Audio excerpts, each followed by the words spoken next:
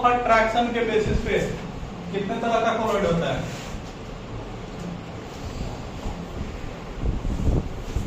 Force, यहाँ पढ़ता है लोग भाई, पता नहीं क्या करता है। फोर्स ऑफ अट्रैक्शन के बेसिस पे कितने तरीके का कोलॉइड होता है? दो तरीके का। कौन कौन? लायोफिलिक कोलॉइड और लायोफोबिक कोलॉइड। लायोफिलिक किसको बोलते हैं? जिसमें डिस्पर्स फेज और डिस्पर्सन मीडियम एक दूसरे को अट्रैक्ट करता है, और लायोफोबिक इसमें अट्रैक्ट नहीं करता है।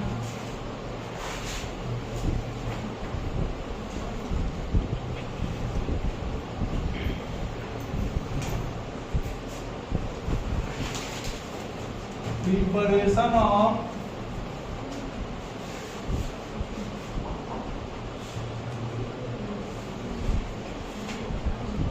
Lyophilic colloids.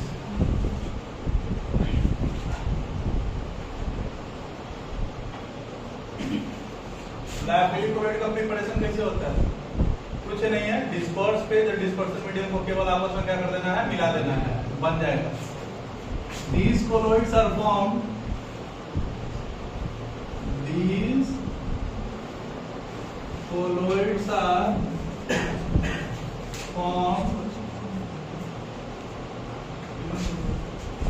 formed just by mixing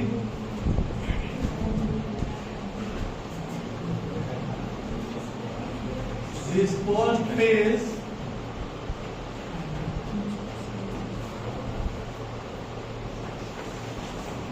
and dispersion medium.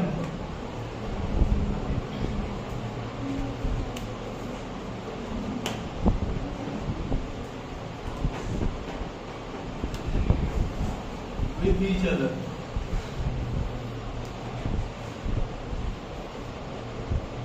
ये ऐसे कोलॉइड्स कैसे बनते हैं? जब डिस्पर्स फेज और डिस्पर्सन मीडियम को आपस में क्या कर दिया जाता है? मिला दिया जाता है। एग्जाम्पल, ब्लू है, वाटर में मिक्स कर दो। केराटिन है, वाटर में मिक्स कर दो। स्टार्च है, वाटर में मिक्स कर दो। पहले कपड़ा को टाइट इसी मेथड से किया जाता था। मार होता था ना, जो मार निकलता था उसको पानी में घोल देना है, उसमें कपड़ा डुबा के कॉटन क्लोथ डुबा के टाइट कर देना, इससे ये हो जाता है। ठीक है, अब इसी का नया रूप क्या ले लिया है? पता नहीं है, स्ट्रेटनर आता है, स्टार्च नाम ही रहता है स्टार्च। अरारोट पाउडर होता है ना, अरारोट पाउडर का एक और मॉडर्न रूप हो गया। अरारोट पाउडर को क्या करना पड़ता है? गर्म करना पड़ता है, पानी गर्म करके उसके बाद बनाना पड़ता है। और स्टार्च चुपचाप पानी में इसे घोल दो, सब एक ही चीज। Baking soda. तो ये सारा क्या है? लायोफिलिक कोलॉइड है। क्यों बन जाता है? क्योंकि डिस्पर्स फेज और डिस्पर्सन मीडियम के बीच में क्या लगता है? स्ट्रॉन्ग फोर्स ऑफ अट्रैक्शन लगता है। चुपचाप दोनों एक दूसरे के साथ बॉन्ड बनाता है और क्या बन जाता है? कोलॉइड का प्रोडक्ट। ठीक है, दिक्कत कहाँ आता है? बनाने में लायोफोबिक कोलॉइड को। मेन दिक्कत वहां है। बनाने का 7 तरीका। Preparation of lyophobic colloid.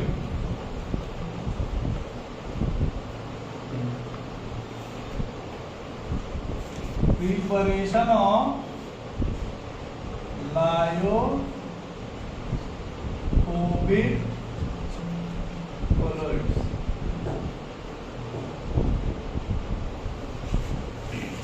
ये नॉर्मली ऐसे नहीं बनते, इनको जस्ट मिलाने से ये नहीं बनेगा। इसको बनाने का 2 तरीका। These colloids are formed by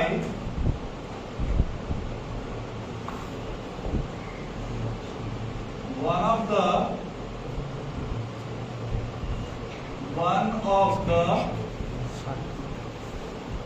2 methods.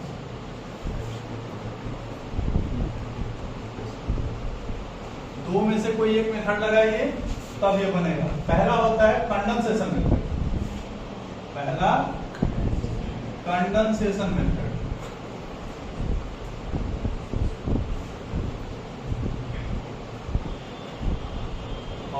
दूसरा dispersion method.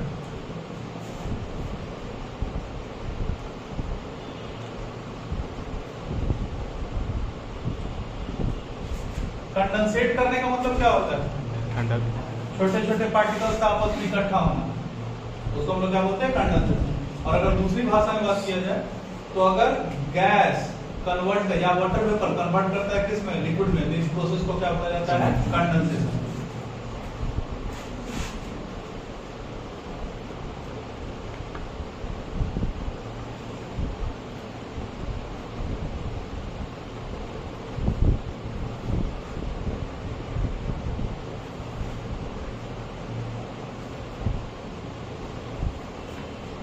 In this method,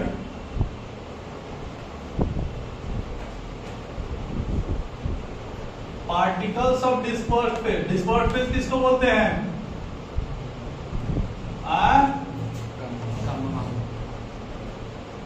Particles of dispersed phase are condensed।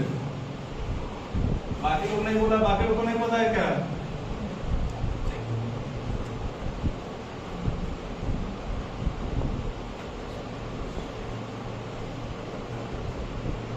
इस मेथड में डिस्पर्स फेज के पार्टिकल्स को कंडेंस किया जाता है, किसमें? डिस्पर्सन मीडियम में। कितने मेथड्स हैं इसके? इसमें खाली 7 गो है। Following are the method.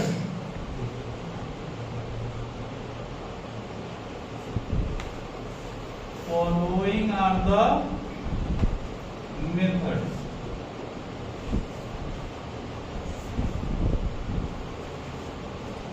पहला, by chemical reaction. By chemical reaction इसमें क्या है कि डिस्पर्स फेज और डिस्पर्सन मीडियम के पार्टिकल्स आपस में क्या करेंगे? केमिकली रिएक्ट करेंगे। In this method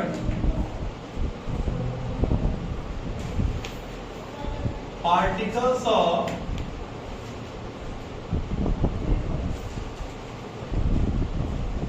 dispersed phase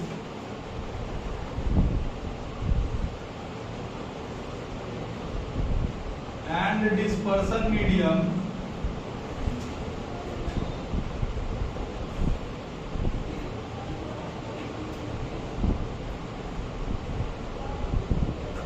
react with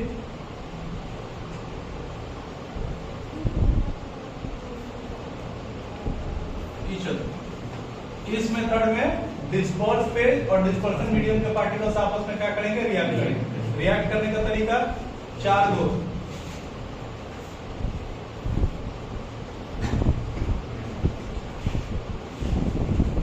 following are the veg.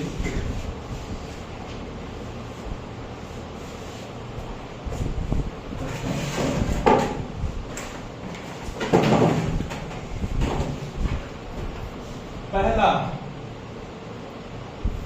By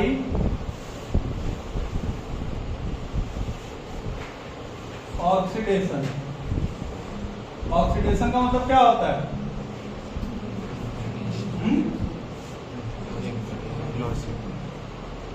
addition of oxygen, addition of oxygen या रिमूवल ऑफ, है ना?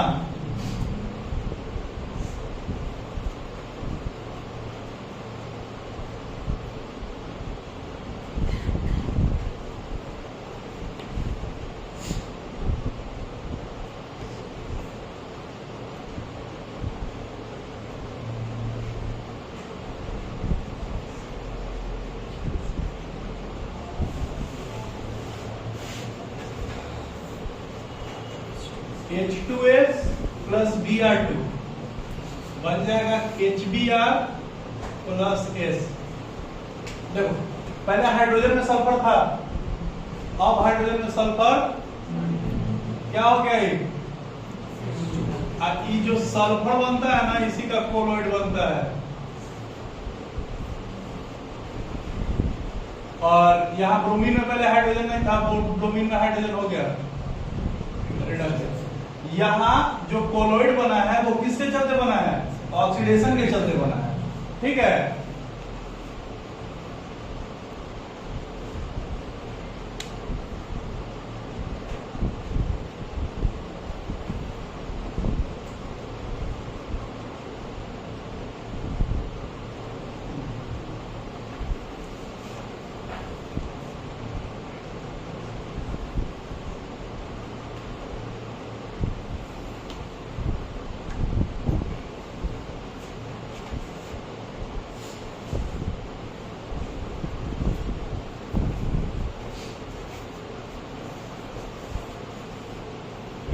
इसको ऑक्सीडेशन नंबर पे समझाना पड़ेगा। देखो, हाइड्रोजन का ऑक्सीडेशन नंबर +1, सल्फर का -2, इसका -2 और इसका +4। ये -2 से, अच्छा इसका -2 +1 और ये 0, यही ना है। तो ये -2 से 0 हो गया है, इसीलिए क्या हो गया है? और यही बना है कोलोइड।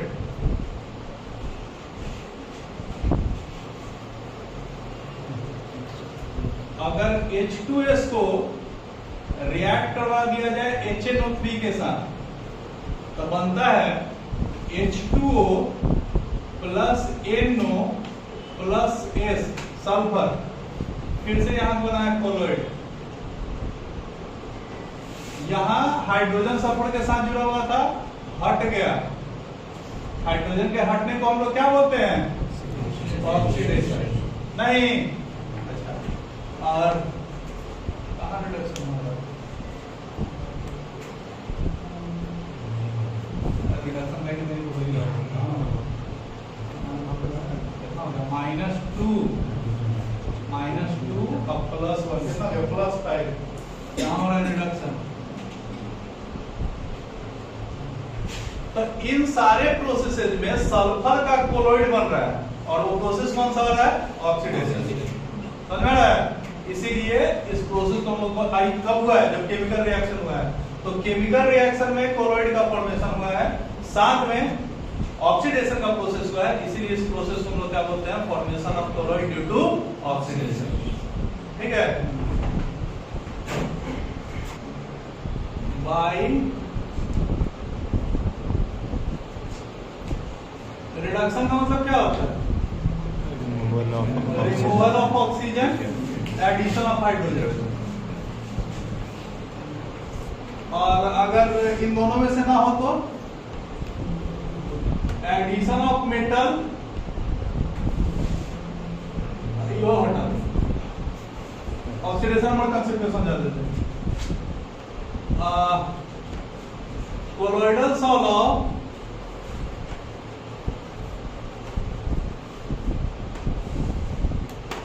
किसका?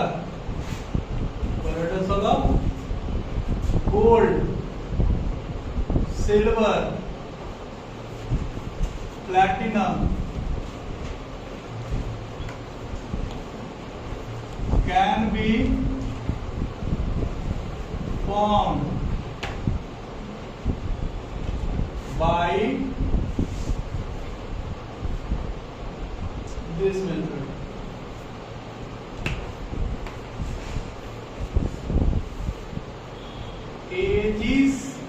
AuCl3 plus SnCl2 बन गया SnCl4 और साथ में Au गोल्ड।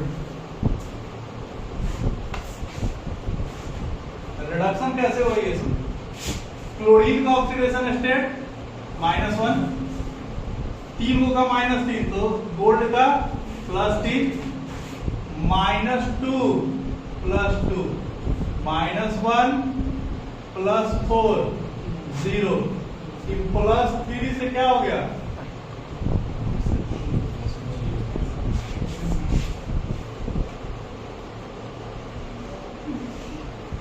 ये क्या हो गया है 0, क्या हो गया यहाँ रिडक्शन, और Sn2 +2 से क्या हो गया है +4, क्या हो गया, और फिर यहाँ कोलॉइड कैसे बना है जब रिडक्शन हुआ है तब, है ना। तो ये कौन सा प्रोसेस हो गया, रिडक्शन के हेल्प से कोलॉइड का फॉर्मेशन, ठीक है। तीसरा bye hydrolysis,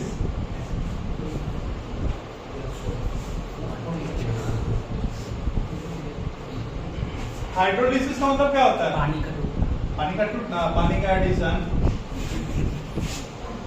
addition of water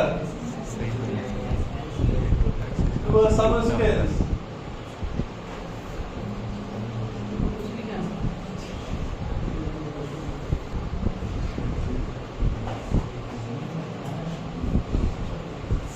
अगर किसी सबस्टेंस में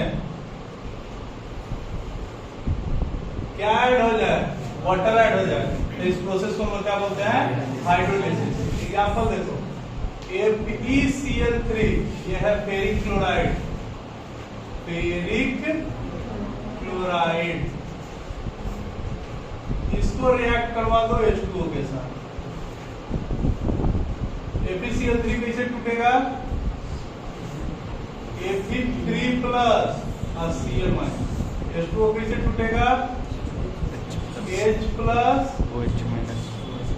OH माइनस, Fe3 प्लस और OH minus, FeOH3 plus HCl, क्या बन गया ये है फेरिक हाइड्रोक्साइड, और ये क्या है कोलॉइड, ठीक है।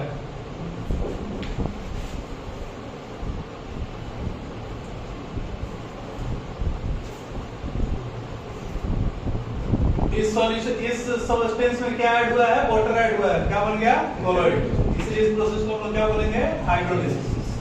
और चौथा है bye double displacement,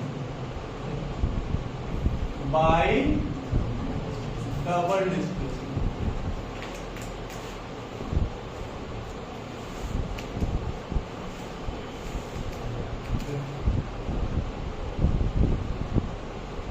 NaCl react करेगा किसके साथ, AgNO3 के साथ, अभी Ev एक्वस है, Ev एक्वस, NaCl कैसे टूटेगा, Na प्लस Cl, AgNO3 कैसे टूटेगा, Ag प्लस NO3 माइनस, ये सब एक्वस,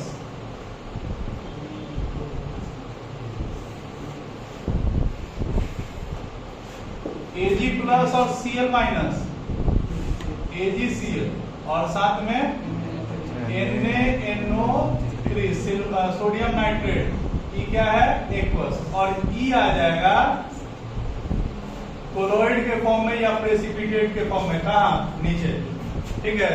अगर इसके पार्टिकल्स छोटे छोटे हो गए तो फिर ये आराम से कोलॉइड का फॉर्म ले सकता है। तो यहाँ कैसे हुआ, डबल डिस्प्लेसमेंट रिएक्शन के चलते क्या बना है कोलॉइड का फॉर्मेशन। तो केमिकल रिएक्शन में 4 तरीका है जिससे क्या बन सकता है, कोलॉइड का फॉर्मेशन हो सकता है। दूसरा है बाय केमिकल रिएक्शन, दूसरा है by exchange of solvent, by exchange of solvent,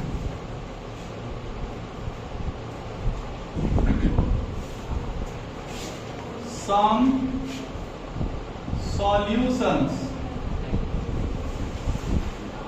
may get converted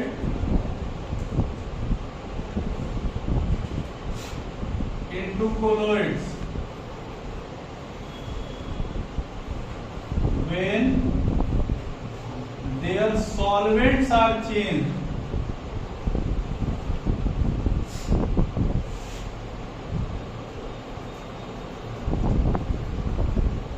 कुछ ऐसे कोलॉइड्स होते हैं जो पहले कुछ ऐसे सॉल्यूशंस होते हैं जो शुरुआत में सॉल्यूशन रहता है, लेकिन जैसे ही उसका क्या चेंज किया जाता है, क्या चेंज किया जाता है, सॉल्वेंट, वो क्या हो जाता है, कोलॉइड हो जाता है। एग्जांपल देते हैं, सल्फर, कार्बन डाइसल्फाइड एक सॉल्वेंट है, कार्बन डाइसल्फाइड ये एक सॉल्वेंट है। इसमें अगर सल्फर को घोलोगे तो ये सॉल्यूशन देगा, क्या देगा, ये पूरी तरह एक दूसरे में सॉल्युबल है, पूरी तरह। लेकिन अगर इसी सल्फर को किसमें घोल दो, पानी, वाटर, और इसको बिहेव करवाओ किसके जैसा, सॉल्वेंट के जैसा, ये लगेगा कि मिला हुआ है लेकिन मिला हुआ होता नहीं है, ये क्या बन जाएगा, कोलॉइड, है ना। दोनों में सॉल्यूट सेम है, लेकिन जब सॉल्वेंट चेंज किया गया तो एक केस में क्या मिला, सॉल्यूशन, और एक केस में क्या मिला, कोलॉइड। समझ आ रहा है। और तीसरा आता है by excessive cooling, excessive cooling. इसमें किसका सॉल बनाया जाता है, पहले ही समझ लो, sol of ice, colloidal sol of ice can be prepared by this method।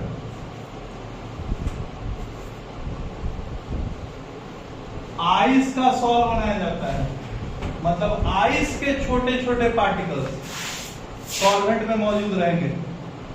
Ice के पार्टिकल, और बहुत ज्यादा ठंडा करेंगे तो आइस का सारा पार्टिकल एक साथ इकट्ठा होकर बड़ा गोला नहीं बन जाएगा, यही तो नहीं बनने देना है। कैसे, when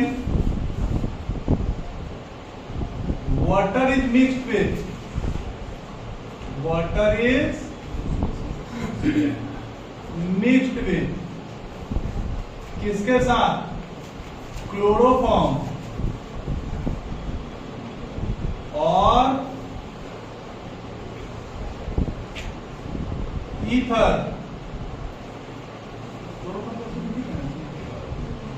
और ether, and the mixture is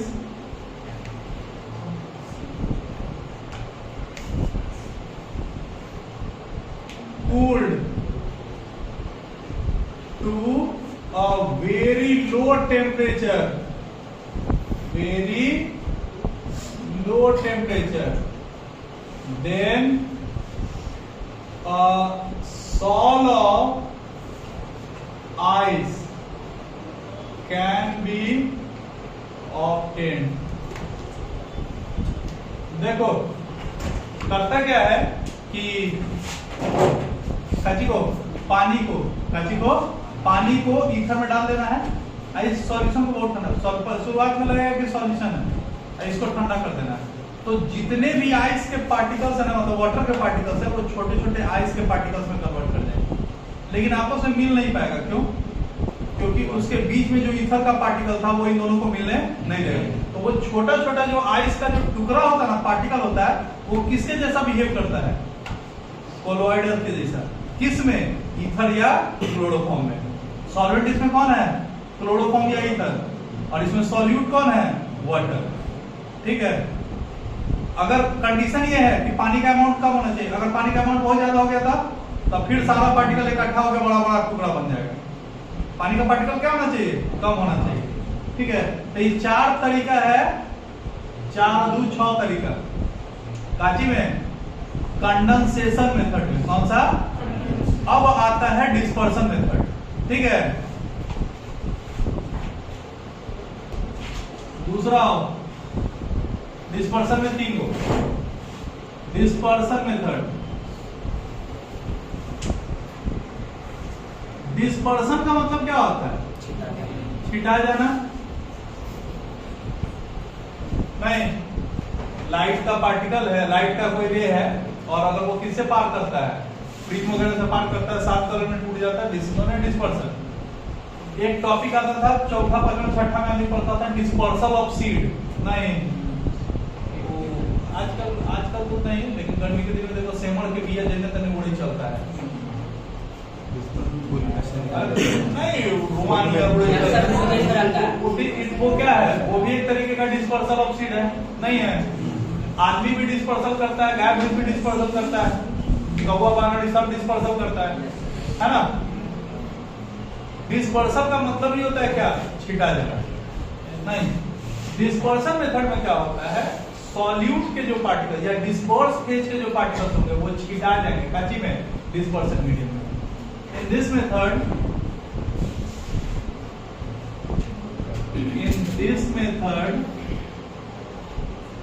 particles of dispersed phase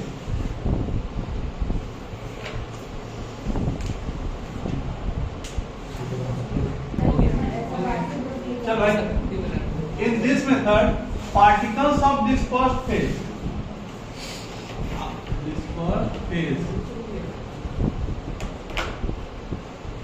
are dispersed into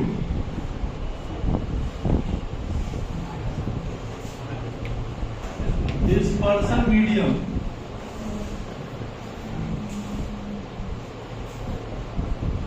पहला तो ठीक है, following are the methods.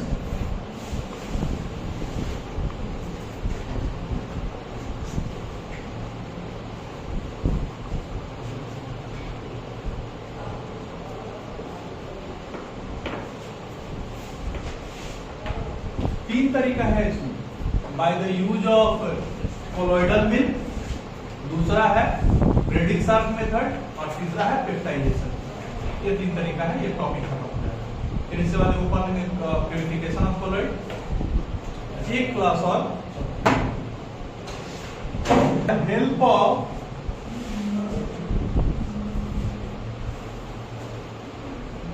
Colloidal mill.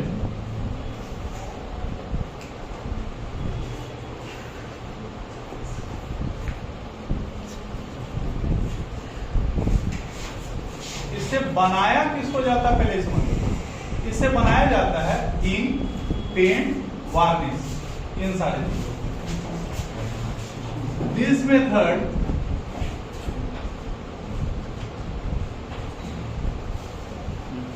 is used to make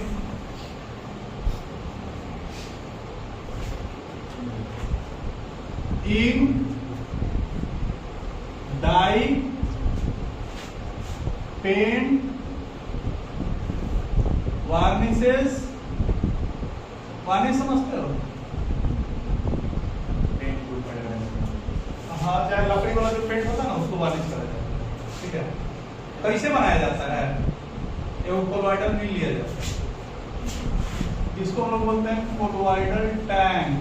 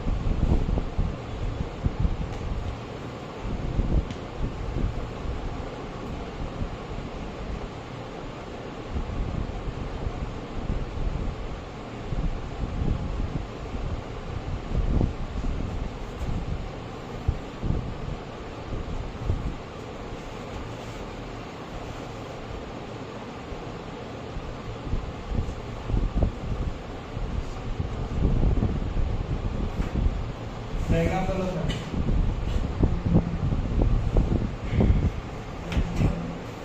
काची है वो बोल के देखियो, जाता में कैसे एकदम बराबर बैठल लेती रहता है, दो पार्ट रहता है ना, दो पार्ट में जाता रहा है, मतलब हम लोग ऊपर में छोटा सा रहता है उसमें डालते हैं, ऐसे से घुमाते हैं। ये जो है ना बाबू, ये हम मेटल का, खासकर स्टील का बना होता है मेटालिक सीट नहीं, रोलर।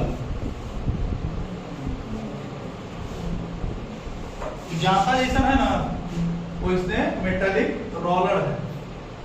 आओ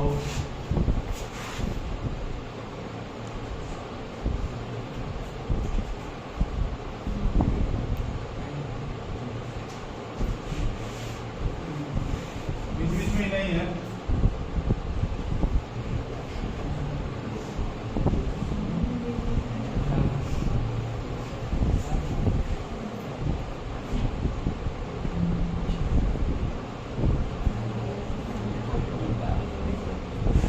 ठीक है, अगर ई ऐसे घूम रहा है एन माने, तो ई घूमेगा एन माने। ये अगर ऐसे घूम रहा है तो ये ऐसे, अगर एक क्लॉकवाइज घूम रहा है तो एक एंटी क्लॉकवाइज घूम रहा है।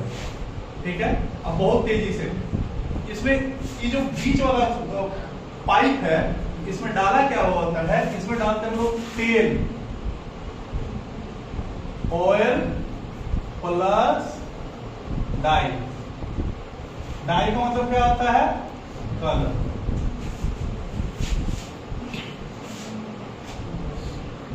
ऑयल है, इसमें क्या है, तेल है।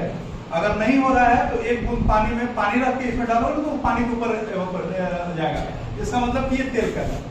डाई, उसको जो रुखरा जैसा महसूस होना वो क्या है, डाई। ऐसा लगेगा अगर इस पानी यदि को इन को दिन भर इसे छोड़ देंगे तो डाई नीचे बढ़ जाएगा, तेल ऊपर आ जाएगा, ऐसा होगा नहीं, ऐसा नहीं होगा। क्यों?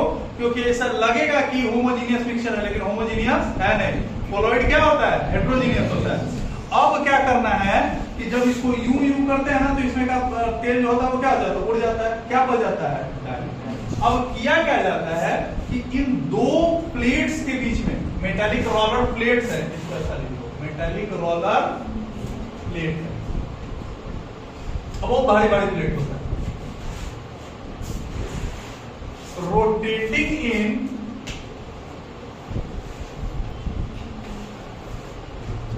opposite directions, opposite directions।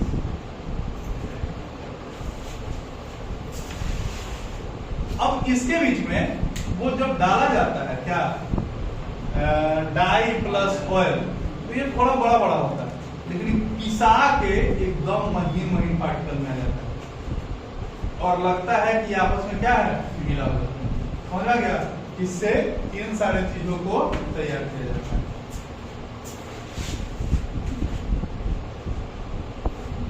When oil and dye are placed between the plates, then they get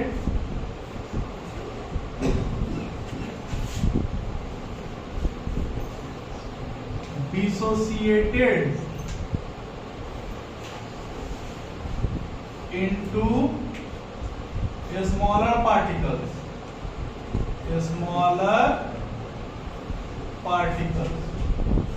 due to which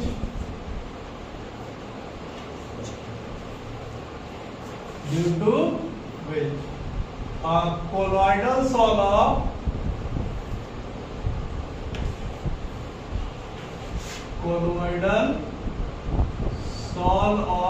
किसका, ink is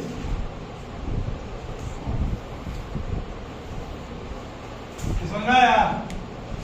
दूसरा देखो, ये सब कुछ समझ में गया? इसमें क्या चीज करना है, कुछ नहीं करना है। एकरा में क्या चीज डाल देना है, एकरा में क्या चीज,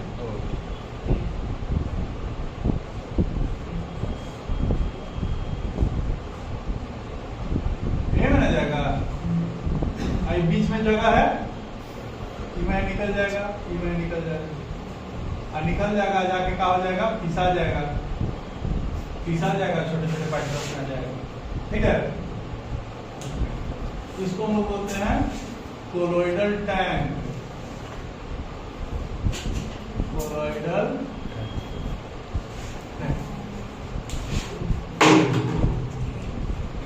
टैंक। दूसरा, by Bredig's arc method. Bredig's arc method, इससे कॉपर, सिल्वर, गोल्ड, प्लैटिनम, इन सारे मेटल के कोलोइडल सॉल्ट्स का फॉर्मेशन किया जाता है। दिस मेथड इज यूज्ड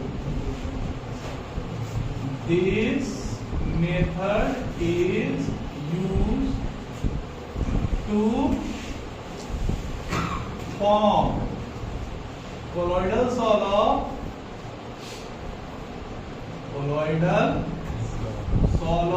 किसका,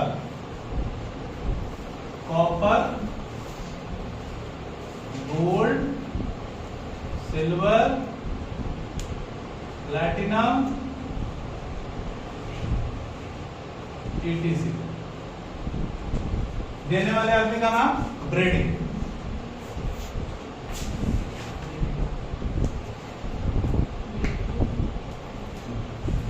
समझ में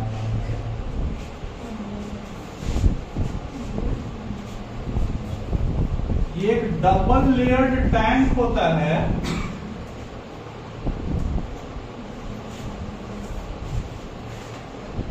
इसमें बीच में पानी भर दीजिए, पानी तो ब्लू रहता है, आज ब्लू है पानी। इसके बीच में वो आर्क रहेगा, इसी को हम बोलते हैं आर्क। और ये है इलेक्ट्रोड, एगो पॉजिटिव, एगो नेगेटिव। ये क्या है, इलेक्ट्रोड।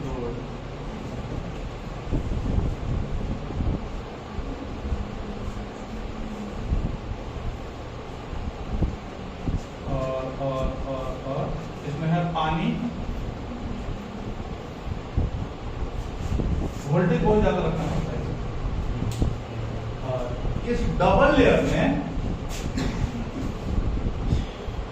एक कौवा से बढ़वा है उनका चीज पत्थर नहीं,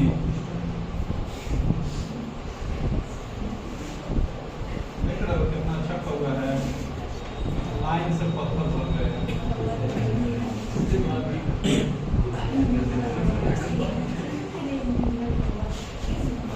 खाना हलवाई जो खाना बनाता है वो खाना में हलवाई नजर आता है।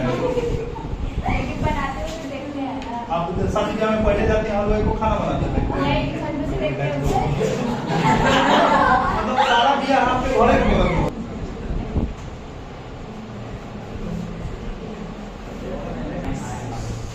आइस क्यों बड़ा हुआ होता है, क्योंकि जब हम इसको बोलते हैं पोटेंशियल डिफरेंस बहुत ज्यादा होता है। जब स्पार्क दिया जाता है ना, तो सबसे पहले तो कौन खोल जाएगा, पानी बन के वेपर बन के निकल जाएगा ना। तो इसको बचाने के लिए पानी को हमेशा ठंडा रखना पड़ता है, और इसके लिए क्या किया गया है, आइस। समझो, इलेक्ट्रिक स्पार्क दिया जाता है, क्या दिया जाता है, ट्रांसफार्मर उठते देखे हो, तो जब ट्रांसफार्मर उठता है तो धुआं बनता है, किस चीज का धुआं होता है, वो जो एल्युमिनियम का वायर होता है ना, वही धुआं में कन्वर्ट हो जाता है। समझा रहा है, इतना ज्यादा पोटेंशियल होता है। तो when electric sparks are provided, then the electrode get vaporized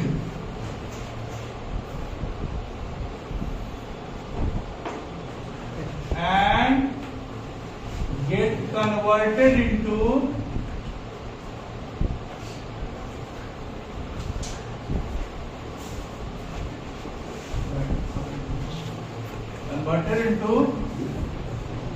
small particles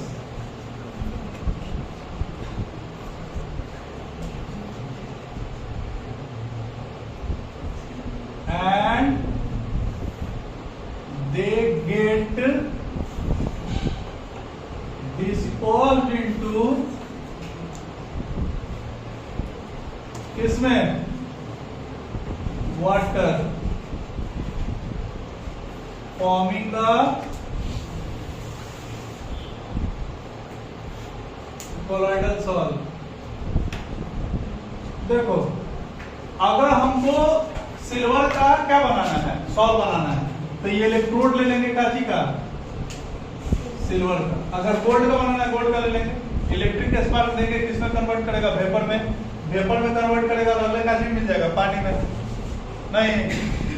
और छोटे छोटे पार्टिकल्स का फॉर्मेशन होगा और वो पार्टिकल्स कहाँ मिल जाएंगे? पानी में. और इस तरीके से क्या बन जाएगा? क्या बन जाएगा? गोल्ड, प्लैटिनम, सिल्वर का सॉल्व बन जाएगा. Gold conductor, gold conductor electric conductor, gold gold electric का कंडक्शन नहीं. तीसरा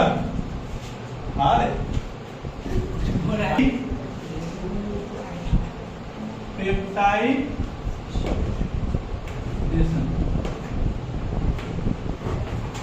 पेप. What is the meaning of pep? वो आया था हीरो पेप, गाड़ी आया था हीरो पेप, नाम सुने हो? पेप का मतलब है तो जो कभी अस्थिर ना रहे, जो कभी स्थिर ना रहे. तो गाड़ी ले लो तो बेचैन हो जाओ. नहीं, इन्होंने भाग के रहो. By peptization, the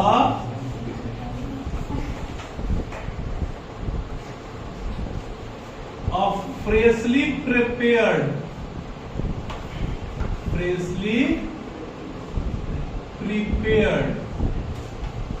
precipitate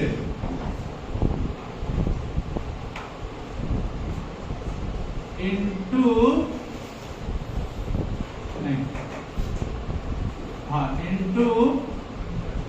colloid by adding a small amount of electrolyte is known as peptidation. Peptide, and the electrolyte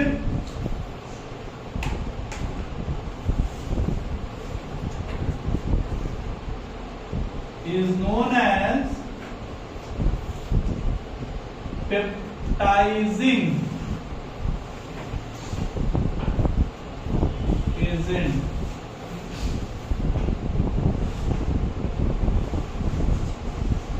अगर फ्रेशली प्रिपेयर्ड, अच्छा इसमें तीन चीज है. एक तो फ्रेशली प्रिपेयर्ड, ताजा ताजा. प्रेसिपिटेट किसको बोलते हैं? जो नीचे बैठा रहता है. इसको काची में बदल दिए, कोलॉइड में. कब? जब तनी मनी ऐड किए, ढेर मनी दबा के नहीं. काची? इलेक्ट्रोलाइट. इसी मेथड को हम लोग क्या बोलते हैं? पेप्टाइजेशन. और जो इलेक्ट्रोलाइट का हम लोग यूज करते हैं उसको हम लोग क्या बोलते हैं? Peptising agent. अब इसमें कैसे ही काम करता है समझो. मतलब तुम बेचते समझ तुमको नहीं आ रहा है? वही तो concept of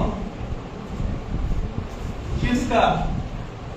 concept of adsorption. किसके बेसिस पे? बोल रहे हैं पागल हो गया? एडजॉर्प्शन कैसे? देखो एग्जांपल मान लो, एग्जांपल ले लो कि फेरिक हाइड्रोक्साइड है. क्या है? Ferric hydroxide.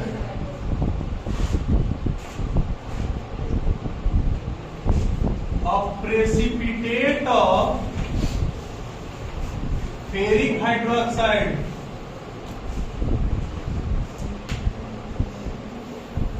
can be converted can be converted into colloid by adding a small amount of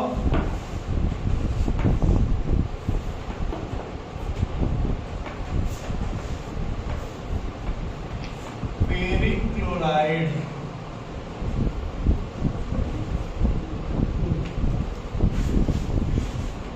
कैसे?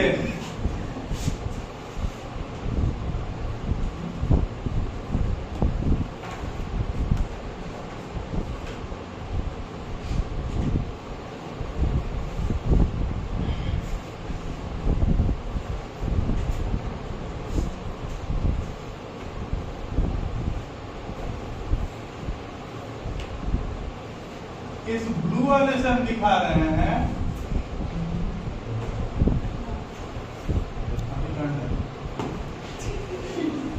Ferric hydroxide. क्या दिखा रहे हैं? Ferric hydroxide. नहीं होता है। इसका फॉर्मूला देखो क्या है, FeOH3। क्या है?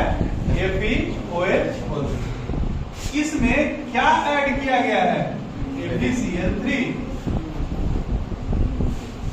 ठीक है, FeCl3 क्या है? इलेक्ट्रोलाइट।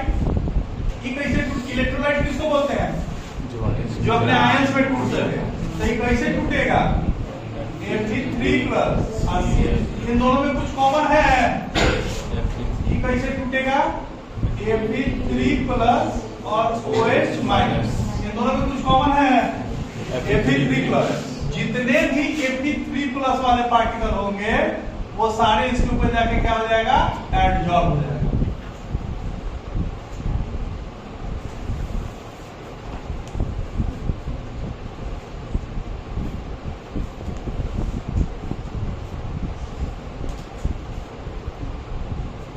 होगा।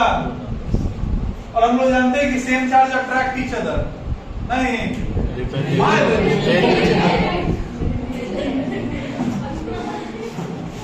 Same charge attract each other. हाँ बाहर सेम चार्ज एक दूसरे को क्या करता है? तो जो पहले नीचे बैठा हुआ था, रिपल्सन के चलते इधर उधर क्या होगा? भागना शुरू होगा। तो प्रेसिपिटेट से कन्वर्ट कर जाएगा किसमें? कोलॉइड में। नहीं हो जाएगा? Due to adsorption of similar ions,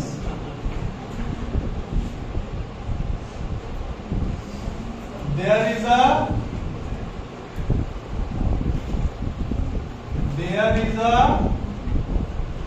force of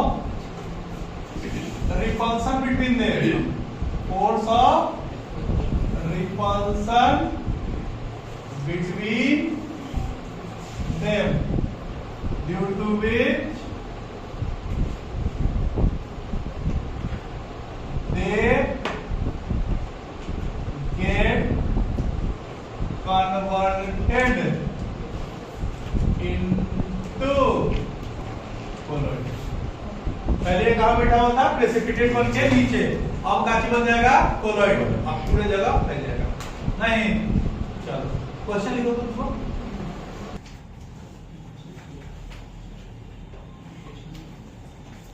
purification of colloid. देखो क्या कहता है कि अभी कोलॉइड में होता है ना कि वो जो एक्स्ट्रा इंप्योरिटी रहेगा वो कोलॉइड के स्टेबिलिटी को क्या कर देगा? कम कर देगा। तो उस कोलॉइड के पार्टिकल से जो इलेक्ट्रोलाइट्स, एक्सेस इलेक्ट्रोलाइट है, उसको क्या कर लेना? बाहर निकाल लेना। क्या कहलाता है? Purification of colloid.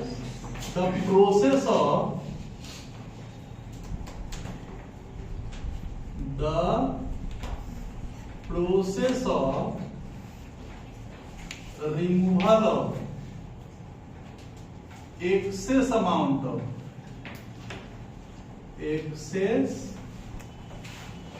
amount of electrolyte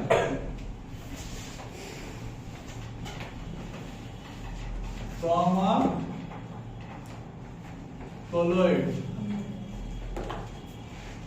is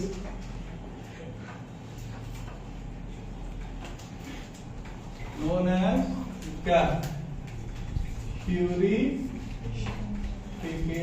of chloride.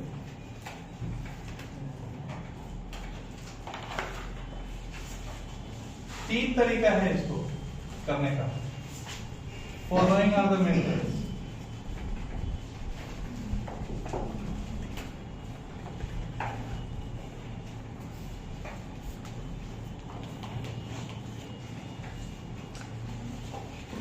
कौन कौन सा मेथड है?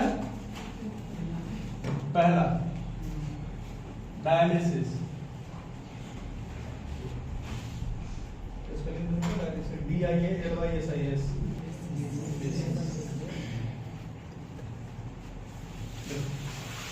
कहता है कि इलेक्ट्रोलाइट का रिमूवल किसके हेल्प से, या तो पार्चमेंट मेम्ब्रेन के हेल्प से या सेलोफेन मेम्ब्रेन के हेल्प से।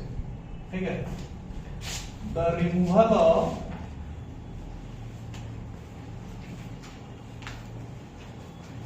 electrolyte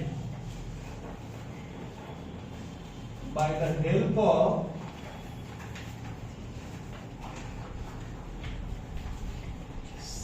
parchment membrane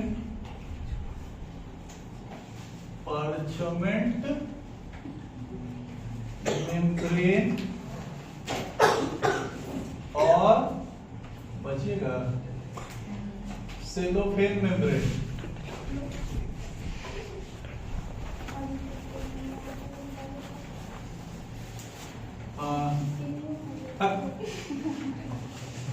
is known as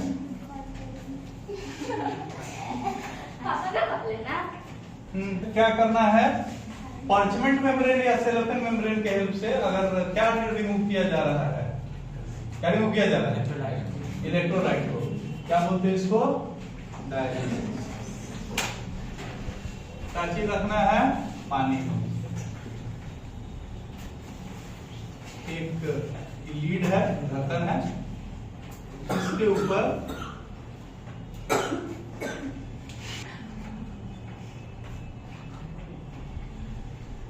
ये है पानी, ये क्या है? Cellophane membrane.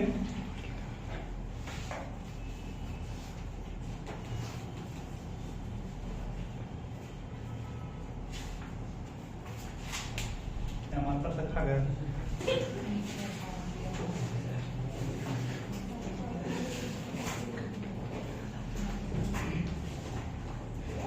और इसके अंदर रखा हुआ है इलेक्ट्रोलाइट प्लस कोलोइड। इस सेलोफेन मेम्ब्रेन में इतने छोटे पार्टिकल्स होते हैं जिससे क्या बाहर निकल सकता है? इलेक्ट्रोलाइट बाहर निकल सकता है। Only particles of electrolyte can be या can come out of the membrane, come out of the membrane, due to which colloid gets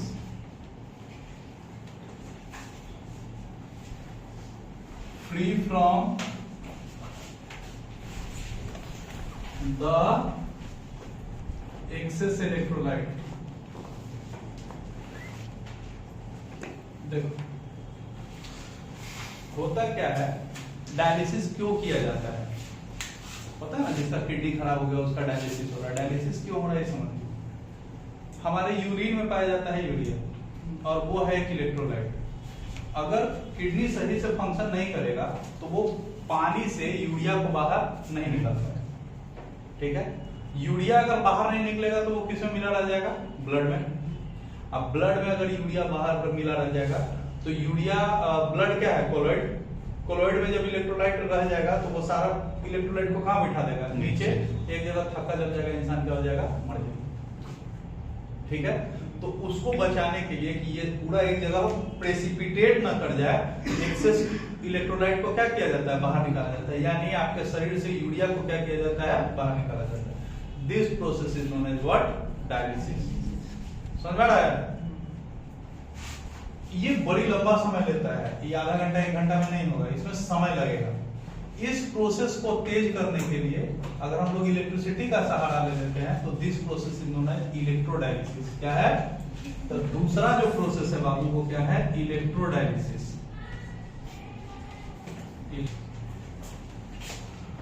the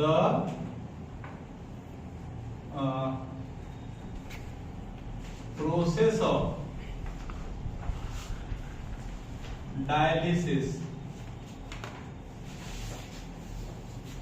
which occurs in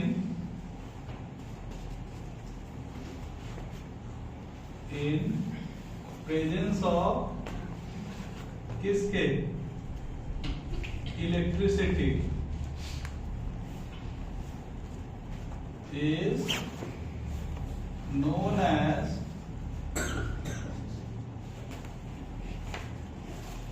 electrodialysis.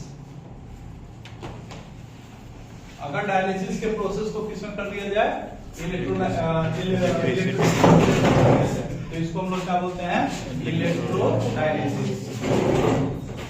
Process वही रहेगा, इलेक्ट्रिसिटी लगा देना है।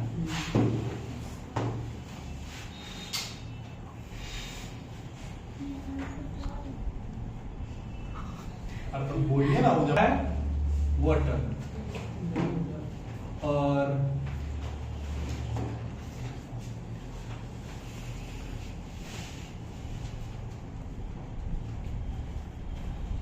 इसके बीच में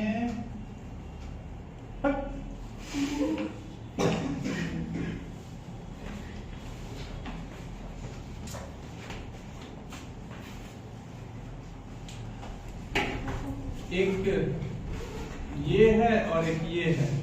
ये क्या है, पार्चमेंट मेम्ब्रेन। नहीं बचिएगा, ये है पार्चमेंट मेम्ब्रेन। ये क्या है, कोलॉइड प्लस का चीज, कोलॉइड प्लस बोलो ना इलेक्ट्रोलाइट। इसमें डुबाया गया है एगो पॉजिटिव एगो नेगेटिव। ये जो इलेक्ट्रोलाइट है ये किसका बना हुआ होगा, आयंस के। आयंस में दो कटायन है वो अनायन, तो कटायन ये बना हुआ किसका, कटायन का और अनायन का। तो कटायन भाग जाएगा किसके ऊपर, कैथोड के ऊपर, और अनायन भाग जाएगा किसके ऊपर, एनोड के ऊपर। पहले धीरे धीरे अलग हो रहा था, जैसे ही एक एक्सटर्नल इलेक्ट्रिक फील्ड लगाएंगे ये तेजी से भागना शुरू हो जाएगा। तो यही जो प्रोसेस होगा वो क्या हो जाएगा, तेज हो जाएगा। नहीं तो डायलिसिस के प्रोसेस को अगर तेज करना है तो हम लोग को क्या कर देना होगा, इलेक्ट्रोडायलिसिस। और हॉस्पिटल्स में यही तरीका यूज किया जाता है इलेक्ट्रोडायलिसिस का। Ultra filter paper, normal filter paper है उसे तो सब पास हो जाएगा। तो नॉर्मल फिल्टर पेपर में, नॉर्मल फिल्टर पेपर में डिप कर दो, इसको डिप कर दो कांची में, गेलाटिन के सॉल्यूशन में।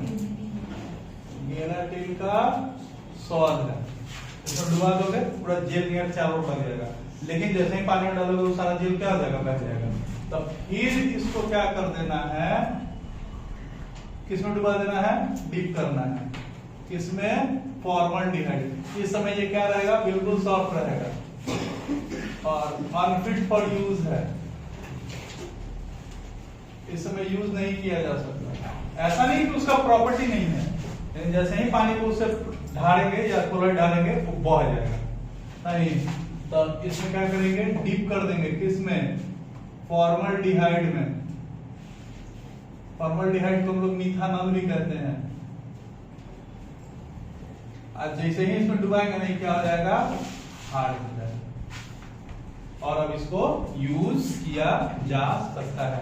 होगा क्या कि नॉर्मल फिल्टर पेपर में लार्ज पोर्स होते हैं, लार्ज, और अब जो हार्ड फिल्टर हार्ड इस समय ग्रेनाइटिंग के सॉल्व में जाने के बाद ये क्या बन गया, ultra filter paper, ultra filter paper. लेकिन ये यूज नहीं किया जा सकता, ये हार्ड अल्ट्रा फिल्टर पेपर हो गया।